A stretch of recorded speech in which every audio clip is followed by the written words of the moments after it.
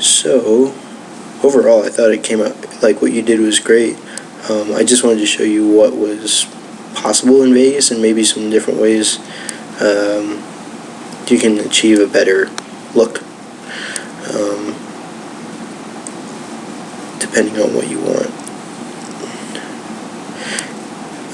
What I'm doing there is I'm just selecting all that audio, and then I hit U, and it ungroups it from the video so I can delete it, and then just drag the audio clip out, and that allows me to I don't like the breaks. What I'm doing there is I've zoomed in, and you see how I'm pulling up that quantized frames? That has to be disabled, because otherwise what's going to happen, what's going to happen is every time you go to zoom in, it's going to make it blocky, and it's going to snap to those little like check marks or grid marks, and you don't want that. You want to be able to stretch it and line it up as close to the mark as you can. What I'm doing there is I'm just stretching the media, because you had crossfades in between, because I'm making my own now. I want to pull them out. And I'm just realigning it to, and like I said in that one email, I'm just zooming in on that waveform and then lining up the transition right on the beat where that peak is. Oh, it says hold control to stretch it, because when you're doing, I was just letting you know what I was doing. I was just holding, because you can't see my mouse, I was holding control and grabbing the edge of the media clip and stretching it to fill in that space.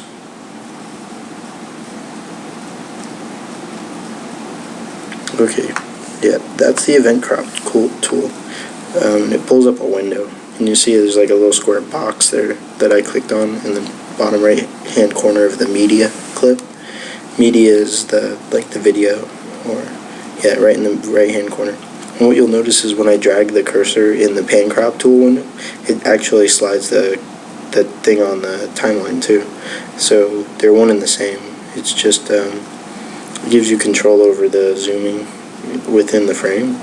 So what I'm doing is I'm just right when I open the window, I'm adjusting it, and then I'm also moving it to the end, so that as it moves, it changes, and you can see it now fills the frame. And what I did is I clicked on the fit to aspect ratio, which makes it full frame. And watch, I'll do it again on this on the airplane. So you can do it with video too. So at the beginning, you'll see the match output aspect ratio, and then I'm just zooming it in so that it crop off those edges on the right and left, so that it's as full frame as possible. You don't really want to zoom in too much with video, because it'll pixelate more. What I'm doing here is I'm cropping out the. You can also click on it and drag it right and left to crop out that logo. And let's see what I'm doing on this one. Oh, pan crop, match output aspect ratio, and then I'm zooming in to just get rid of those edges, and just kind of moving it left to right to get rid of them. There we go, and then just close that, because that's good to go. And then this one, very similar to the other one, except what I'm going to do is I'm going to start off match aspect ratio, zoom in close, and then on the end I'm going to slide all the way to the end, put a new keyframe in, but when I move it, it automatically puts it in. And what I did is I made it pull out, so it pulls out. Alright, what I've got here is I'm just checking all the fades, and because I changed some stuff, I have to redo the fades. So the way you had them, it was they were probably synchronized correctly, but because I stretched and cut the media, I have to redo it for my project. So what I'm doing is I'm just going in and trying to make the transitions fade in. See how I move it to that tick mark, or that peak mark? Because that's a point of where the music kind of has an accent, and so that's how I like to do it. So I'm just going through and pulling all those to where they need to be. Oops, and that's where I noticed that I've got to put some pan crop motion in that. There we go, like that, and like that. And what I'm going to do is I'm going to grab a transition. And the transition I'm going to use is in the dissolve.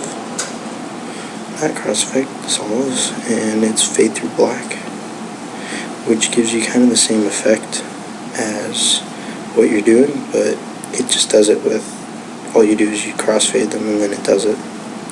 So just to give you an idea of, if you wanted to get the same effect with the transition, you can. And we're gonna crossfade that one, or fade that one out, fade in. Now I'm gonna do some color correcting. Very, very, very sloppy. Not sloppy, very quick color correcting. I'm going to do some very quick color correcting. I'm going to just do video effects. I'm going to kind of jump through this. So take notes and then maybe try it on your own type thing. So I'm just going to select the color correct. Like I don't click on the presets. If you just select the text where it says color correction on the left, or color corrector, just click and drag that text right down onto the media clip you want to affect. That's usually the best way to do it, because that way you don't have to change the settings that were set up with the preset that are not what you want. It automatically just set it to 0 everything, and then you can apply how much of it you want. So go ahead and just click on it and drag it down, and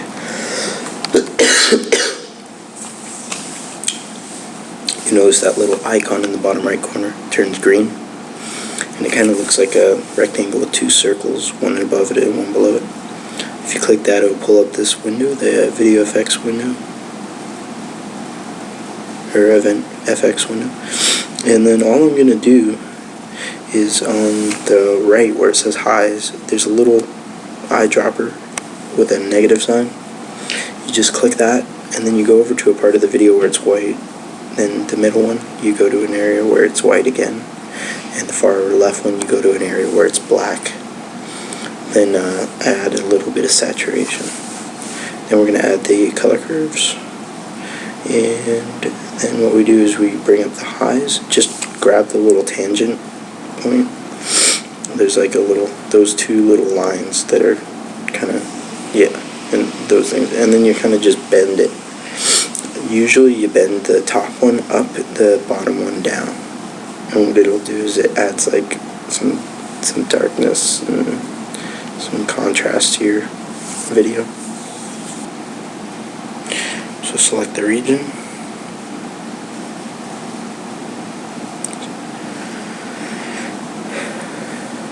Select the region, then go to render as.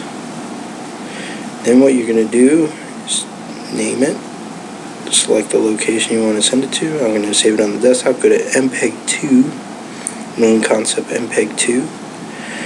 This is the best format for DVD and for like YouTube. And there's DVD NTSC. Then all you're going to do is you're going to hit save, and that'll begin the render. Pretty much a little thing, and I'll play you the end results right now.